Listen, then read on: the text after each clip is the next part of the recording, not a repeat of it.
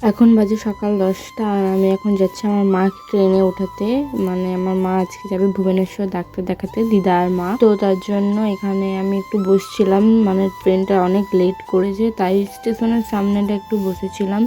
তারপরে যে আমরা লিফট করে চলে গেলাম, এখানে যেন একটা লিফট করেছে আর নামার দিকে আর নেই। তো আমি অনেকক্ষণ পরে এসে আমার মা ভেবেছে আমি বাড়ি চলে গেছি। তো ওই জন্য জিজ্ঞাসা করছে যে কম্পিউটার ক্লাস যাসনি? আমি বলছি যে না মা, মানে মা বুঝতে পারছিল যে আমি আসবো, তো সারপ্রাইজ আর কি। দূরে হলেও যাক, যাতে তাড়াতাড়ি সুস্থ হয়ে যায়, কারণ আমাদের এখানে যা ডাক্তার, মানে এতদিন ধরে দেখাচ্ছে তাও কোনো লাভ হয়নি। তো বাইরে গেল, আর এই ট্রেনটাই বাথরুমের কি গন্ধ, আর ওরা কি করে যে ভিতরে আছে কে জানে।